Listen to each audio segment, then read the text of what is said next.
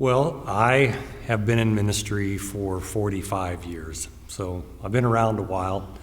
I've been involved in conventional evangelical churches. I was in a community church, but I have pastored full-time in the Vineyard since 1984. And if I were to counsel a young man or woman coming into the Vineyard or into ministry in their 20s or 30s for the first time, I would say probably the most important thing is to make sure you know who you are in Christ.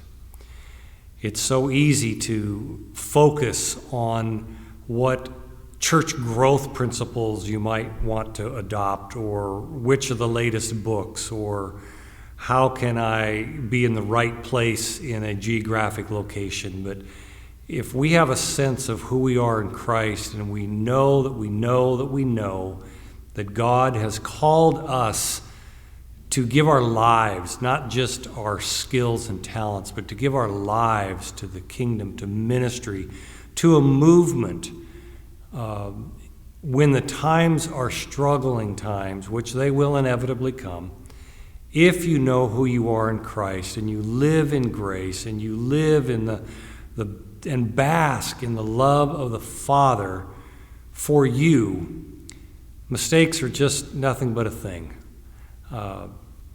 You can come back from almost any mistake, and we will all make them.